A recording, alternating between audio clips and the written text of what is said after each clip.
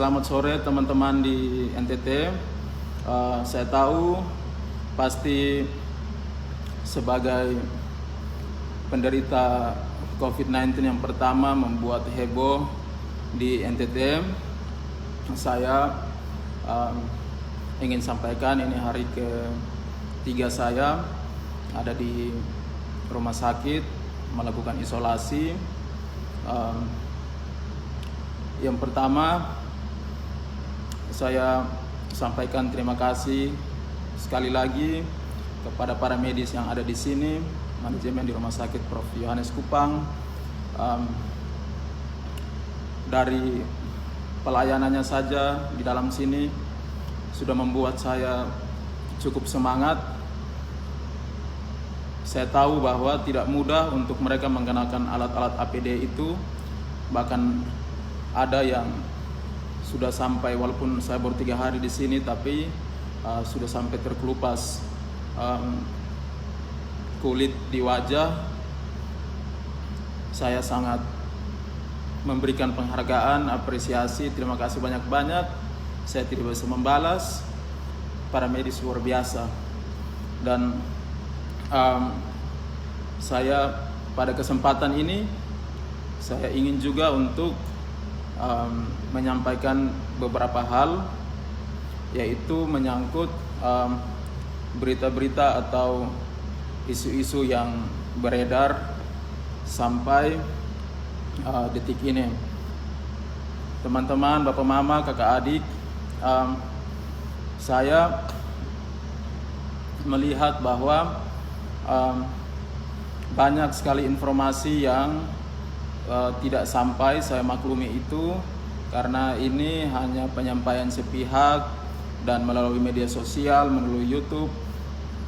Saya diingatkan dari kemarin oleh senior, teman-teman, keluarga untuk tidak membuka Facebook karena lagi heboh di luar, dan saya ikuti itu. Saya berkomunikasi dengan beberapa orang dekat, keluarga, untuk memastikan mereka sehat. Tetapi saya baru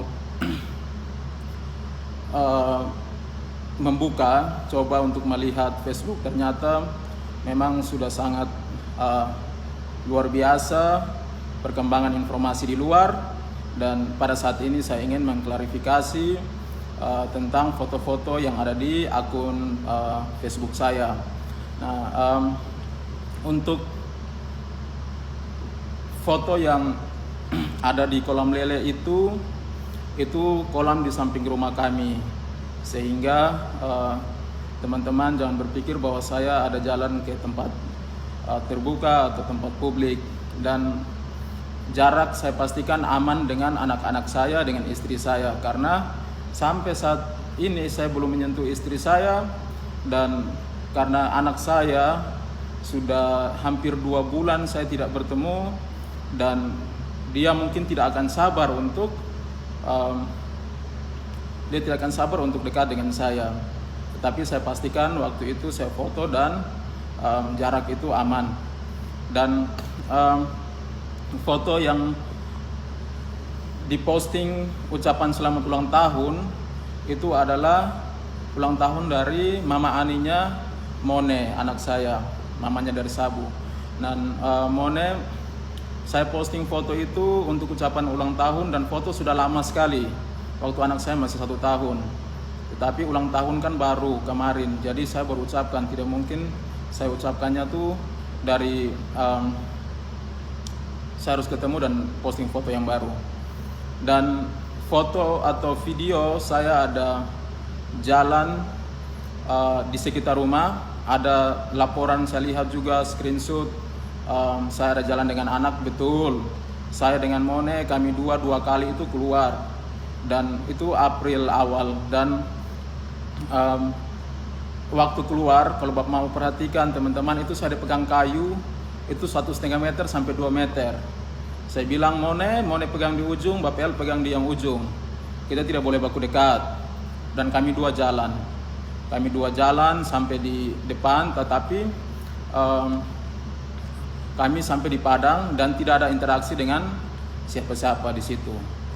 Lalu yang berikut karena jalan kedua itu sudah masuk hari-hari akhir dan hari-hari akhir untuk pengumuman atau menerima hasil swab itu, saya dengan Mone jalan lagi tapi sampai di depan, dan itu mungkin ada yang melihat. Kami mohon maaf untuk tetangga, keluarga sekitar mungkin membuat sedikit kegaduhan karena situasi seperti ini, tetapi kami tidak bermaksud apa-apa. Kami jalan sampai di depan dan kami kembali sore itu tanpa ada interaksi, kecuali kami membeli sendal untuk Mone yang putus. Dan foto yang berikut tentang saya ada merayakan ulang tahun dengan teman, tetapi bukan yang pertama tadi, dengan adik laki-laki tentara, adik Dodi. Dan itu saya ambil tanggal 9, beberapa menit sebelum saya ambil hasil swab. Karena seperti alasan di video pertama saya sudah merasa bahwa saya sehat, sehingga saya jalan dan saya tidak pakai masker. Waktu itu saya tidak pakai masker karena habis minum dan langsung kita berdiri minta foto. Tetapi turun pakai cuci tangan semua kami lakukan. Kalau memang ada hal-hal yang bertentangan dengan informasi saya di yang awal, mohon dilihat kembali.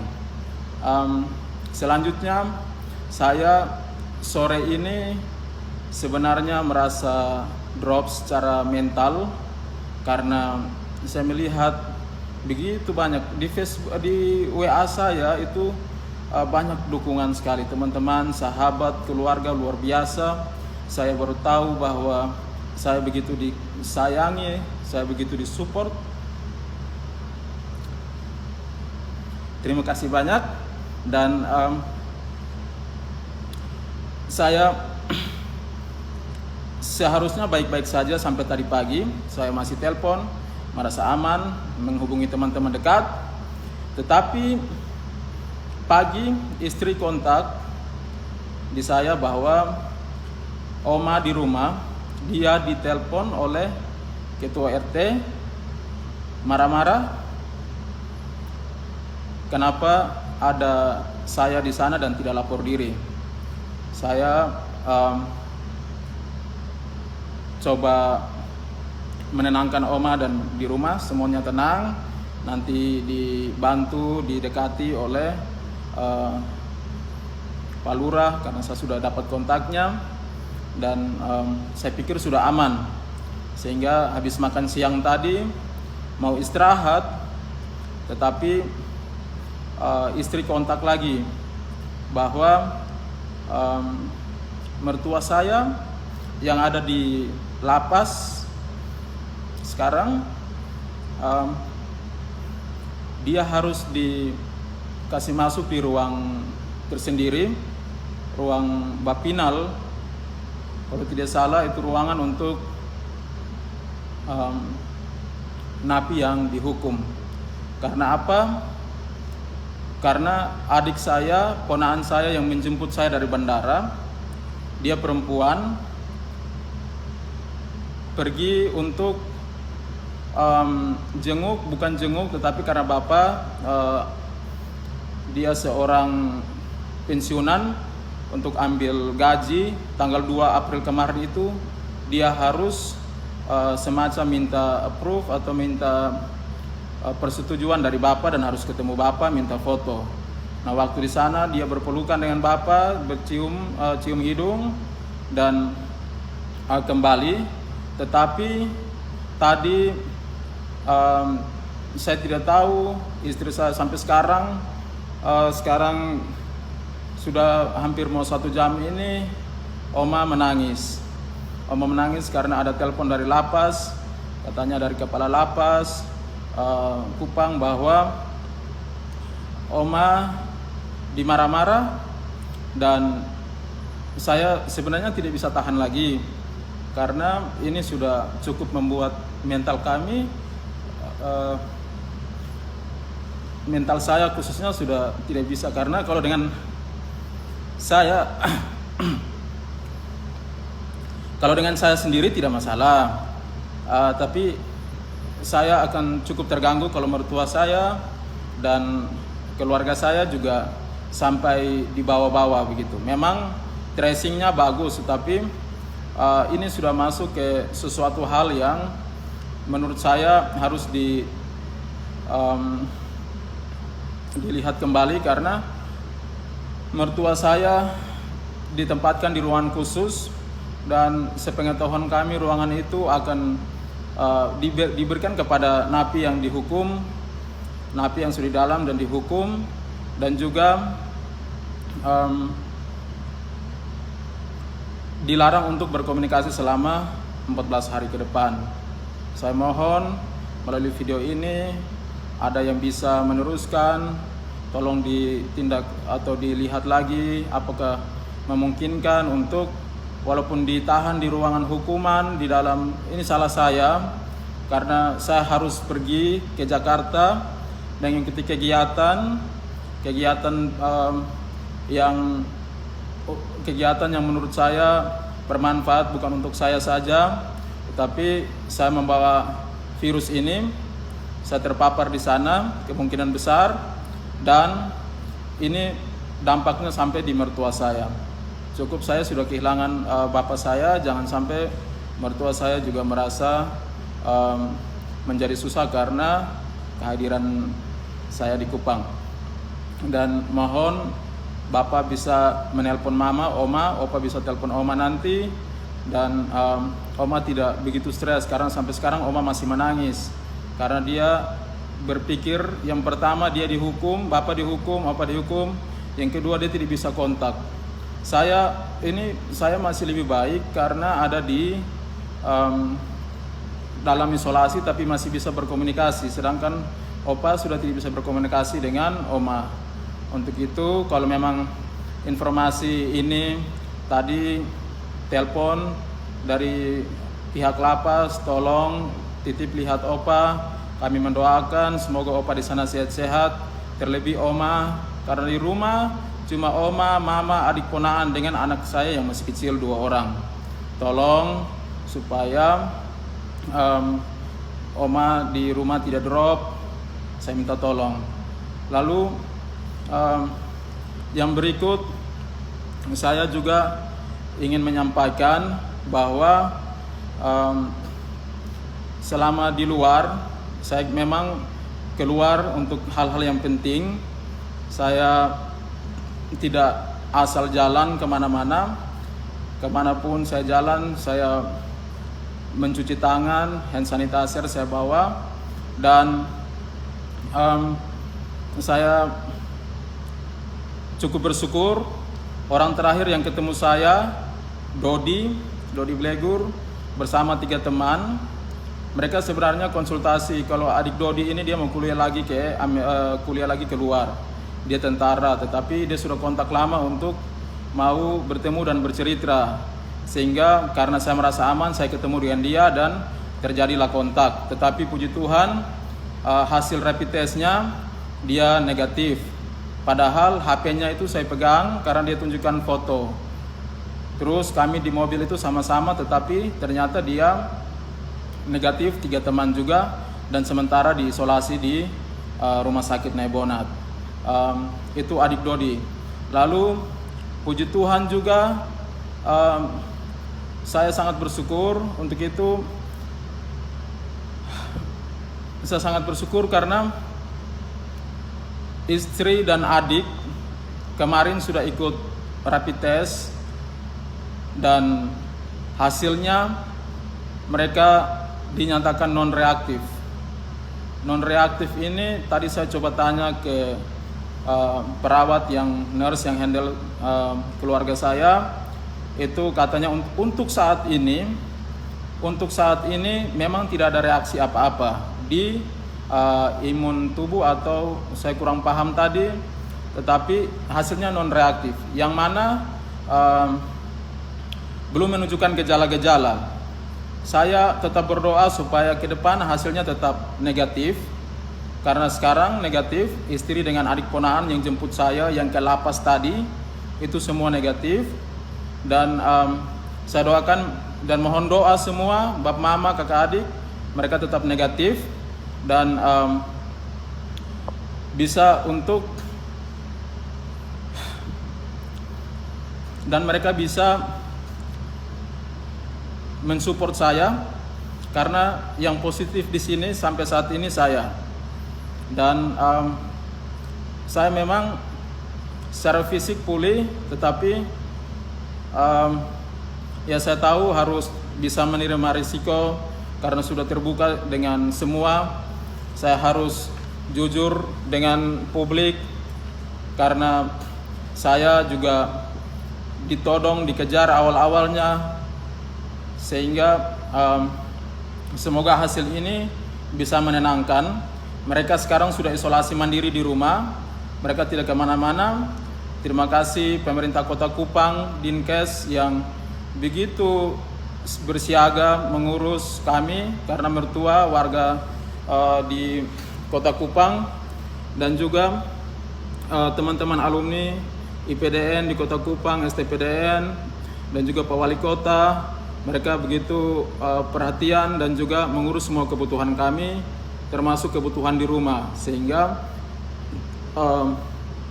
mereka dipastikan akan tinggal di rumah untuk 14 hari ke depan lagi.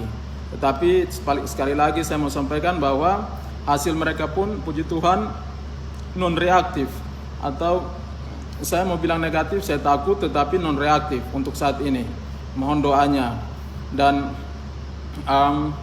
saya ingin sampaikan kepada teman-teman yang bully, mohon pengertiannya. Saya sebenarnya tidak masalah, saya sudah terbiasa dengan hal-hal yang seperti itu.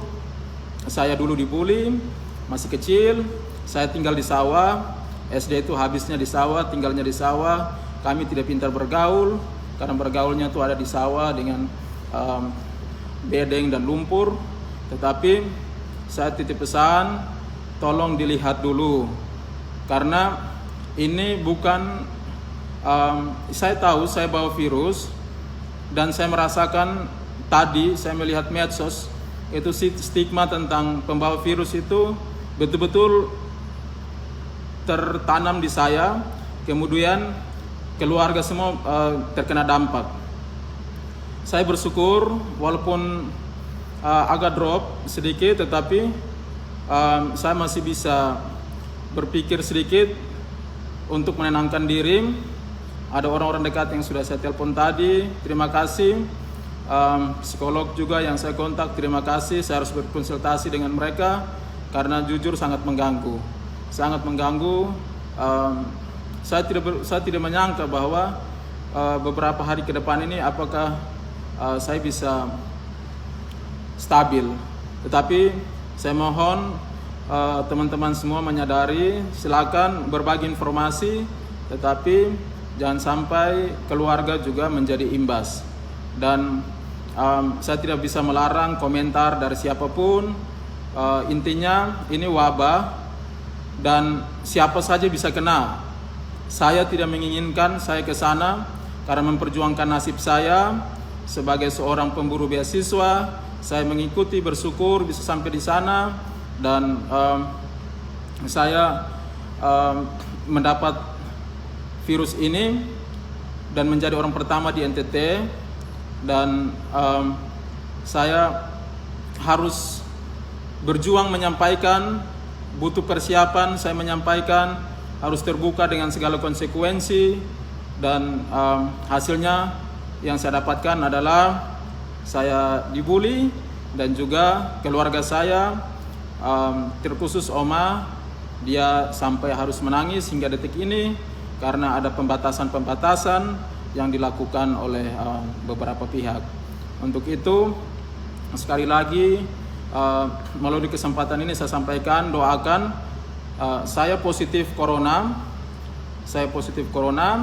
istri dengan anak saya sudah, istri dengan adik ponaan saya sudah tes kemarin, rapid test, dan hasilnya non reaktif atau negatif. Dan adik Dodi beberapa menit sebelum kontak saya, belum saya ambil hasil corona, itu juga sementara negatif. Mereka 3 orang. Doakan semuanya baik-baik saja. Saya mohon maaf sekali lagi kalau ada yang salah. Dan kepada semua pihak yang mendukung saya, kalian luar biasa. Saya hanya membuka WA dan melihat semua hal. Kalau ada yang belum saya balas, nanti saya akan balas. Apresiasi saya setinggi-tingginya untuk kalian, sahabat, teman, keluarga. Demikian, selamat menyongsong Paskah. Salam, selamat sore.